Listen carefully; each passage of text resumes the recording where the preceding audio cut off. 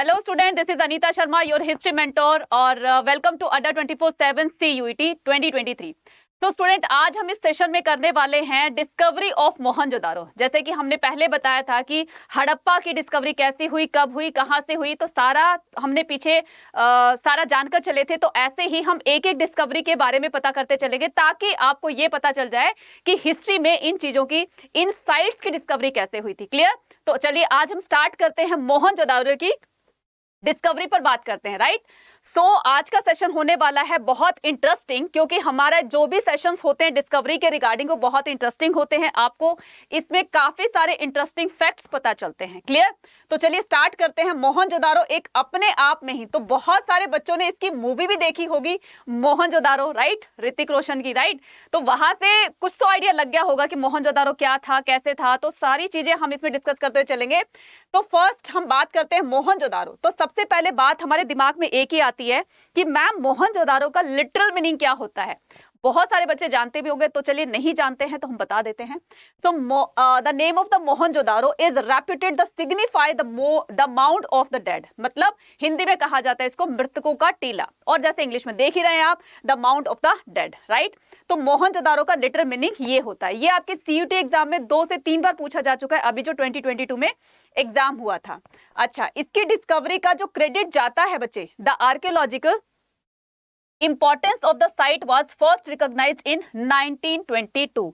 ये गलती मत करना कि हड़प्पा की डिस्कवरी हुई थी 1921 में और ठीक 1 साल बाद 1922 में मोहनजोदारो को डिस्कवर किया था। अब दिमाग में एक बात आ रही होगी कि मैम वो बात तो ठीक है कि 1921 में उसने दयाराम साहनी ने 1921 में हड़प्पा को डिस्कवर किया था। तो मोहनजोदारो को किसने डिस्कवर किया था? बहुत सारे बच्चे जानते भी होंगे। Yes, you are right, that is Rakhal Das Banerjee, जो शॉर्ट फॉर्म में बोलते हो आप RD बनर्जी। ठीक है? 1 year after the discovery of Harappa. तो हड़प्पा की डिस्कवरी कब हुई थी बच्चे? 1921 में। तो ठीक इसके 1 साल बाद में 1922 में इसकी डिस्कवरी हो जाती है। Subsequent excavations relieved that the mounds of the contain that remain of the what was once the largest city of the Indus Valley civilization। तो इंडस सिविलाइजेशन की सबसे बड़ी सिटी ये मानी जाती है मोहनजोदारो। वेल प्लान्ड थी, इतनी सुंदर तरीके से इसको बनाया गया था। हर एक चीजों को कहते हैं ना बहुत ही प्लान करके, जैसे हम घर में ये करते हैं कि यहाँ पर ये चीज रखी होनी चाहिए, यहाँ पर ये चीज रखी होनी, तो एकदम पूरी तरीके से प्लान आउट करके ऐसा माना जाता है कि इसको जब बनाया होगा या इसमें जो जब लोग रहते होंगे तो बिल्कुल ही प्लान तरीके से कि कहाँ पर कौन सी चीज होनी चाहिए, प्लान करके इस सिटी को बनाया गया हो। तो ऐसा माना जाता है कि बहुत ही वेल प्लान्ड सिटी थी। राइट? और इसका सबसे बड़ा जो हम फीचर जानते हैं, कैरेक्टरिस्टिक्स जानते हैं, वो है इसकी ड्रेनेज सिस्टम। तो ड्रेनेज सिस्टम के पर्सपेक्टिव से अगर हम इसके पॉइंट ऑफ व्यू से सोचें तो दुनिया में सबसे अच्छा ड्रेनेज सिस्टम एक्चुअल में इसी सिविलाइजेशन का माना जाता है। 4 ओल्डेस्ट सिविलाइजेशन में से एक हड़प्पा सिविलाइजेशन थी।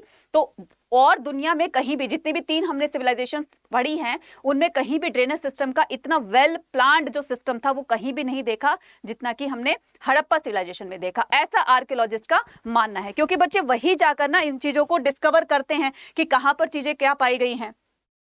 तो जब उन्होंने मोहनजोदारो को डिस्कवर किया तब जाना कि कितना प्लान्ड सिटी है ये, और उसके बारे में बताया गया कि ये जब सिटी को वो किया गया था तो एक बहुत ही सिस्टमैटिक तरीके से हर चीज को बनाया गया था, हर चीज को बताया गया था कि यहाँ पर ड्रेनेज सिस्टम कैसा होना चाहिए। देखो बच्चे, ड्रेनेज सिस्टम में आपको ये इसमें कंसिडर करना है कि हर घर की दीवार के साथ में ना एक ड्रेन निकाला जाता था, मतलब एक नाली निकाली जाती थी, सो दैट कि यहाँ पर बीच में किसी ने बीच में नाली निकाल दी, बीच में ड्रेन कर दिया है उसको वाटर को, तो ऐसा कुछ नहीं था।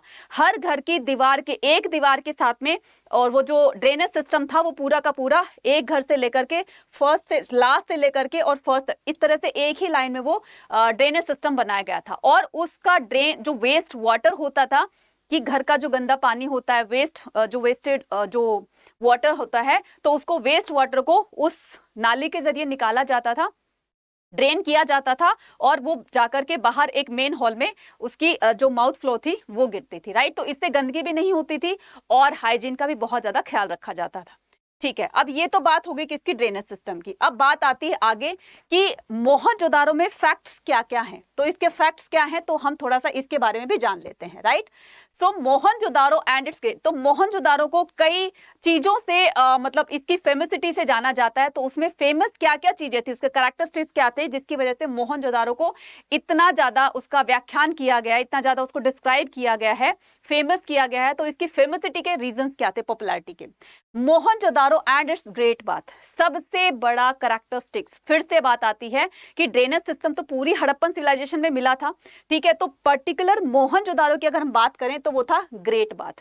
और ग्रेट बात कहां पर है? ग्रेट बात मोहनजोदारो में मिला बच्चे, ठीक है। तो हम यहाँ पर थोड़ा सा देख लेंगे। तो ग्रेट बात जो है ये है बच्चे, ठीक है। अब ये आप देख रहे हो, पार्ट देख रहे हो, ये पूरा का पूरा क्या था बच्चे? ये पॉन्ड था। मतलब इसमें कुएं से पानी को भरा जाता था बकेट वगैरह से।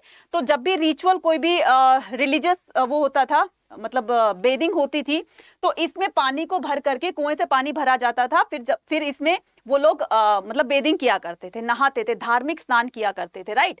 अब आप देख रहे हो ना, इसके नॉर्थ में और साउथ में दोनों तरफ स्टेयर्स लगी हुई थी, जो इनमें नीचे उतरने का और ऊपर चढ़ने का रास्ता बनाया गया था कि उनको बेदिंग करनी है तो सीढ़ियों के जरिए नीचे उतरते थे, बेदिंग करने के बाद वो ऊपर से निकल जाते थे। अच्छा, इसके इन साइड में आप देख रहे हो ना, इस साइड में आपके साउथ, ईस्ट और साउथ साइड में चेंजिंग रूम बने हुए थे, राइट। जैसे हम कहीं स्विमिंग पूल वगैरह में जाते हैं ना, उसके लिए जैसे कहीं आउटिंग के लिए जाते हैं तो वहां पर स्विमिंग पूल्स वगैरह करते हैं, तो वहां पर चेंजिंग रूम्स दिए होते हैं वाटर पूल्स में, राइट। तो इसी तरह से वहां पर भी उस टाइम में भी चेंजिंग रूम हुआ करते थे, तो वहां पर चेंज वगैरह करते थे। तो आपको ये ध्यान रखना है कि ईस्ट और साउथ में क्या थे, 4 रूम्स बनाए गए थे, चेंजिंग रूम्स बनाए गए थे। और इसके नॉर्थ और वेस्ट साइड में स्टेयर्स बनाई गई थी इनके उसमें बेदिंग करने के लिए, राइट। अब ये जो आप देख रहे हो ना, इसका जो फ्लोर देख रहे हो बच्चे, ये बेक्ड ब्रिक से बना हुआ था, पकी हुई ईंटों से बनाया गया था। और इसमें मोर्टास, दैट मीन्स की ताकि वो मोर्टास मतलब एक तरह का आप लगा सकते हो, जैसे चारकोल होता है ना, जिसको आप हिंदी में तारकोल भी बोलते हैं, चारकोल होता है। तो वो ये जो दीवार होती है ना बच्चे इसकी, ये इसके चारों तरफ इसको वो किया गया था, इसको कोटेड किया गया था ताकि जो पानी रिस कर इसमें बाहर ना जाए। तो पूरी तरह से उसको प्रोटेक्ट किया गया था, बहुत अच्छी तरीके से बनाया गया था कि इसमें कोई गंदगी ना हो। जैसे वो हो जाता है ना, मिट्टी मिट्टी सी हो जाती है और सीलन की वजह से सौगी सौगी हो जाता है, तो सीलन की वजह से वो पानी में भी थोड़ा सा स्मेल आने लगती है। तो उसको पकी हुई ईंटों से इसका फ्लोर बनाया गया था और इसके चारों तरफ ताकि पानी बाहर ना जाए या रिसे नहीं, उसको चारकोल से इसको कोट किया गया था। क्लियर हो गया? अब बात करते हैं किसकी, इसकी जो स्क्रिप्ट थी बच्चे वो अनडिसाइफर्ड थी, उसको आज तक पहचाना ही नहीं जा सका कि एक्चुअल में वो लोग जो कॉन्वर्सेशन करते थे एक दूसरे से वो सिंबल के थ्रू करते थे, और सिंबल का मीनिंग आज तक पता ही नहीं किया जा सका कि उसका लिटरल मीनिंग, अब कोई भी सिंबल बना दिया, कुछ भी बना दिया करके, तो अब हमें नहीं पता कि इसका मीनिंग क्या होता है, राइट। तो इसी तरीके से वो अनडिसाइफर्ड स्क्रिप्ट रह जाती है। तो ये क्या थी बच्चे, ये अनडिसाइफर्ड स्क्रिप्ट हो गई थी। फिर आता है हमारा ग्रेट ग्रेनरी, राइट। तो ग्रेट ग्रेनरी भी इसका एक अलग ही एग्जाम्पल है ग्रेट ग्रेनरी का। तो हम देखेंगे इसमें ग्रेट ग्रेनरी का मतलब होता है विशाल अन्नागार, राइट, अनाज भंडार जिसको बोलते हैं। तो एग्रीकल्चर में तो वो लोग बिजी होते थे, मतलब एग्रीकल्चर तो करते, इनका ऑक्यूपेशन था। तो जितना भी एक्स्ट्रा ग्रेनरीज होती थी, एक्स्ट्रा ग्रेन होता था, तो वो उसमें ग्रेनरीज में भर दिया जाता था। और कभी सूखे की नौबत आती थी, मतलब भगवान ना करे कि आई भी हो या नहीं भी आई वो तो वही जाने। तो जो ग्रेट ग्रेनरी थी उसमें जो स्टॉक उसमें था किसका, ग्रेन्स का, तो वो जब भी कोई ऐसी प्रॉब्लमैटिक सिचुएशन आती थी उसमें उसको यूज करते थे। नेक्स्ट आता है a game like the chess. तो इस तरह के वो अपने आप को एंटरटेन करने के लिए ये चेस, तो इंडिया का जो नेशनल गेम है बच्चे वो हम जानते हैं कि हॉकी है, लेकिन अगर पुराने टाइम की बात करें तो चेस स्टार्टिंग से ही, फिर राजा महाराजाओं का भी ये एक पसंदीदा गेम होता था चेस का, शतरंज का, जो आज भी है। तो आप देख रहे हो पुराने टाइम से शतरंज का खेल कितना एक माना जाता है, एक हमारी मतलब इंडियन कल्चर की एक आइडेंटिफिकेशन मानी जाती है कि इंडियन कल्चर में चेस खेला जाता था और आज भी है, राइट। तो वो चेस के बहुत ज्यादा शौकीन थे। टाउन प्लानिंग भी इसके मतलब उसमें जानी जाती है कि बहुत अच्छी टाउन प्लानिंग की गई थी, इसकी वजह से भी मोहनजोदारो को जाना जाता है। क्लियर बच्चे? ठीक है, अब चलते हैं आगे की तरफ। तो आगे की कहानी क्या कहती है, अब ये यहाँ पर देखेंगे हम मोहनजोदारो के बारे में, अ प्लान्ड अर्बन सेंटर। मोहनजोदारो में दूसरी बड़ी बात यह है कि इसके सिटाडेल, इसका अपर पार्ट और लोअर पार्ट। अब ये अपर पार्ट लोअर पार्ट क्या है हम यहाँ पर देखेंगे, सिटाडेल और लोअर पार्ट। पूरे मोहनजोदारो को ना 2 पार्ट में डिवाइड किया गया था, ठीक है, 2 पार्ट्स में डिवाइड किया गया था। तो ये मोहनजोदारो था जिसको 2 पार्ट्स में डिवाइड किया गया था। एक मिनट बच्चे, ठीक है। तो यहां पर आप देखोगे the settlement divided into the two sections, तो टू सेक्शन से डिवाइड कर दिया गया था। वन स्मॉलर बट हायर, एक स्मॉल होता था लेकिन वो हाइट पर बना हुआ था, राइट, तो ये एरिया हाइट पर था। दूसरा क्या कह रहा है, दूसरा लार्जर था लेकिन वो नीचे की तरफ था यहां पर, तो इसको कहा जाता है सिटाडेल, इसको क्या कहा जाता है, सिटाडेल, ठीक है। और ये जो लोअर पार्ट था, इसको, ये जो निचला भाग था, इसको कहा जाता है लोअर पार्ट, ठीक है। तो यहां पर ऊपर सिटाडेल में देख रहे हो, यहां पर अमीर लोग रहा करते थे, कुछ अच्छी फैमिली से जो बिलोंग करते थे, रिच फैमिली से बिलोंग करते थे, वो लोग यहाँ पर रहा करते थे। लोअर पार्ट में थोड़े से नॉर्मल पीपल रहा करते थे, ठीक है। So the higher and the other much larger but lower designated as the citadel, और इनको डेजिग्नेट किया गया था सिटाडेल में और लोअर टाउन में। Building of the citadel were constructed on mud, इसका जो सिटाडेल वाली जो बिल्डिंग्स होती थी, इसके अंदर जो भी घर वर बने होते थे, वो किसके बने होते थे, ऑन द मड ब्रिक, मतलब कि मिट्टी की, कच्ची मिट्टी की बनी हुई ईंटों का इस्तेमाल किया जाता था। Mud brick platform and it was walled, और इसको चारों तरफ से दीवारों से घेरा हुआ था। क्लियर, ठीक है। अब आता है the lower town was also walled. अब ये लोअर टाउन भी ऐसा नहीं था कि इसको पीछे रखा गया था, इसको भी चारों तरफ से दीवार से इसको फोर्टिफाइड किया हुआ था, वॉल्ड था ये। Several building were build on the platform, right, तो इसमें काफी सारी बिल्डिंग्स, क्योंकि बड़ा था तो बड़े एरिया में बिल्डिंग्स ज्यादा होंगी, लोग ज्यादा रहेंगे तो घर भी ज्यादा होंगे, राइट, तो इसमें काफी सारे घर बने हुए थे। The lower town was also walled, several buildings were build on the platform with several as the foundation.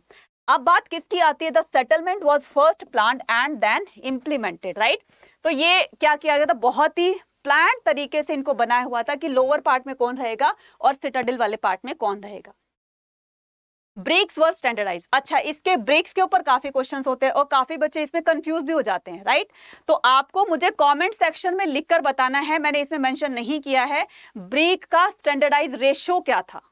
Comment section में लिखकर बताइएगा ब्रिक का जो मतलब कि लेंथ थी, ब्रेथ थी, और उसकी हाइट जो थी, मतलब मोटाई जो थी, वो कितनी थी, मुझे फटाफट से कमेंट सेक्शन में लिखकर बताइएगा।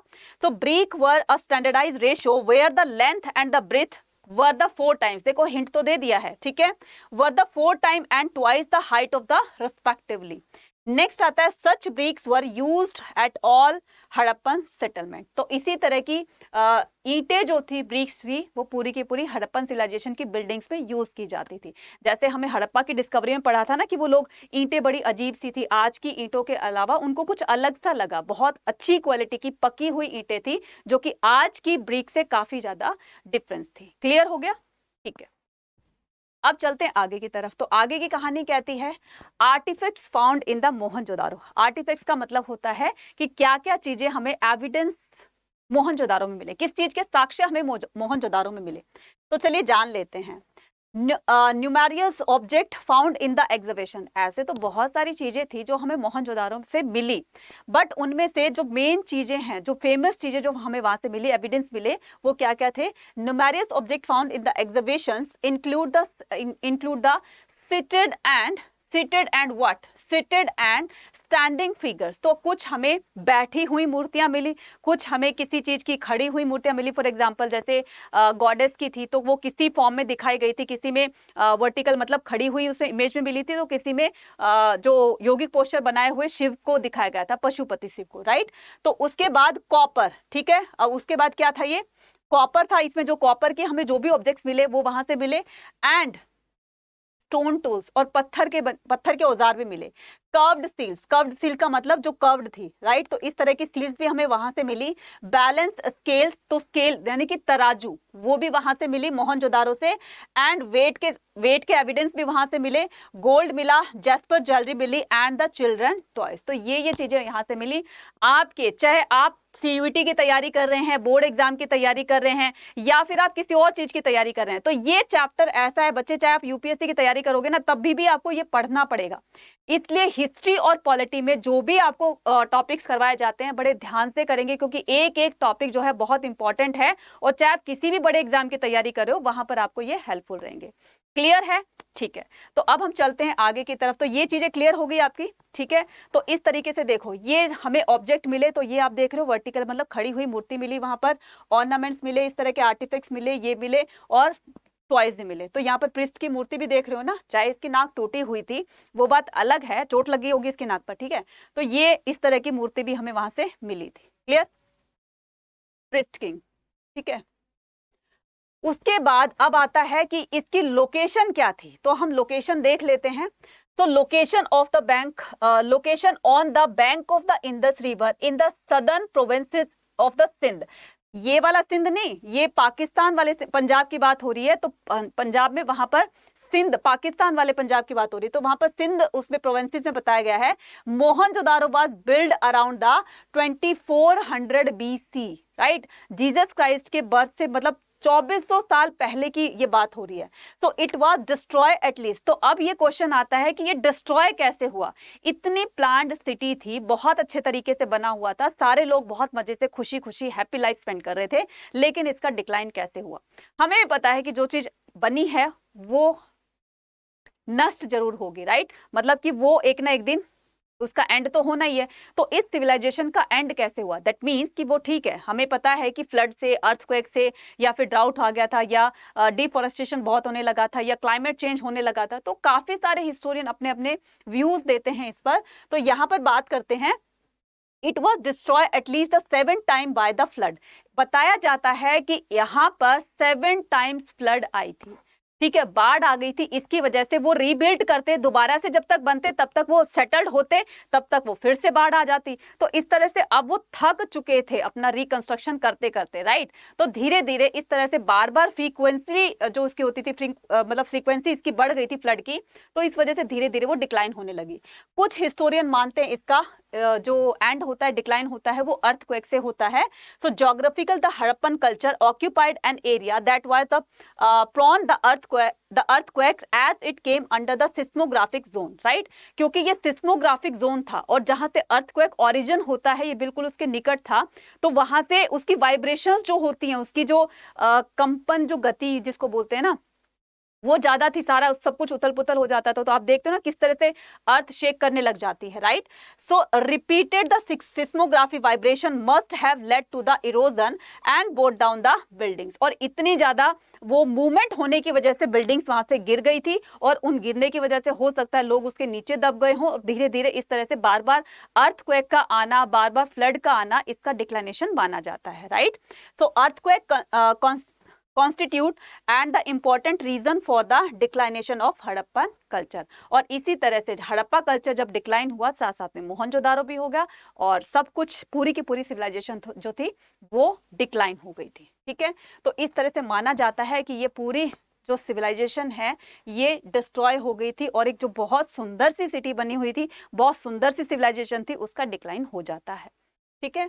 तो ये था आज का छोटा सा सेशन, लेकिन इंपॉर्टेंट था और इंटरेस्टिंग था। अगर इंटरेस्टिंग लगा, इंपॉर्टेंट लगा, कमेंट सेक्शन में लिखकर बताइएगा कि आपको सेशन कैसा लगा। इसी तरह की और भी सेशंस लेकर आते रहेंगे जिनमें आपको इंटरेस्ट के साथ साथ में आपकी नॉलेज को भी बढ़ाएगा, ठीक है। Thank you very much, have a nice day, bye bye. और हाँ, एक बात और, ठीक है, जाने से पहले एक बात और, अभी हमारा समर्थ बैच हमने लॉन्च कर दिया है।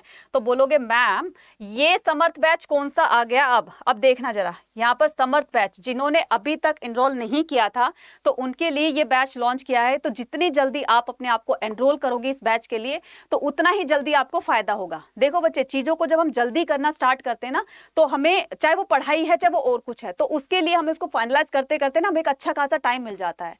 तो जितनी जल्दी आप अपने आप को एनरोल करोगे, चीजों को डेप्थ में उसकी नॉलेज लेकर जाओगे, उसी से आपका स्कोर अच्छा होगा, और उसी से आपको आपकी ड्रीम यूनिवर्सिटी मिलेगी, राइट। लेकिन उसके लिए आपको एक डेप्थ में नॉलेज लेकर जो जानी होगी, वो मिलेगी हमारे पेड कोर्स में, ठीक है। तो पेड कोर्स कैसे आपको परचेज करना है, यहां पर हम जाएंगे अड्डा 24/7 पर। तो जैसे अड्डा 24/7 पर जाएंगे तो यहाँ पर आपको दिखेगा ऑल कोर्स पर, ठीक है। तो जैसे हम ऑल कोर्स पर जाएंगे, आपको यहाँ पर अंडर ग्रेजुएट एंट्रेंस एग्जाम दिखाई देगा। फिर यहाँ पर CUET में 2023 कॉमर्स है, और ये आपका आर्ट्स है। तो ये आर्ट्स में देखिए, ये आपका पूरा का पूरा ये दिया है समर्थ बैच। अब हमें समर्थ बैच में ये करना है, ठीक है। तो समर्थ बैच में अब हम ये क्या करेंगे, 5999 का। लेकिन ये और भी कम हो जाएगा जब आप इसमें अप्लाई करोगे। इसको बाय करने के लिए क्या चीज अप्लाई करनी है आपको अप्लाई करनी है नाराज हो गया भाई ये। ठीक है, आपको क्या अप्लाई करना है,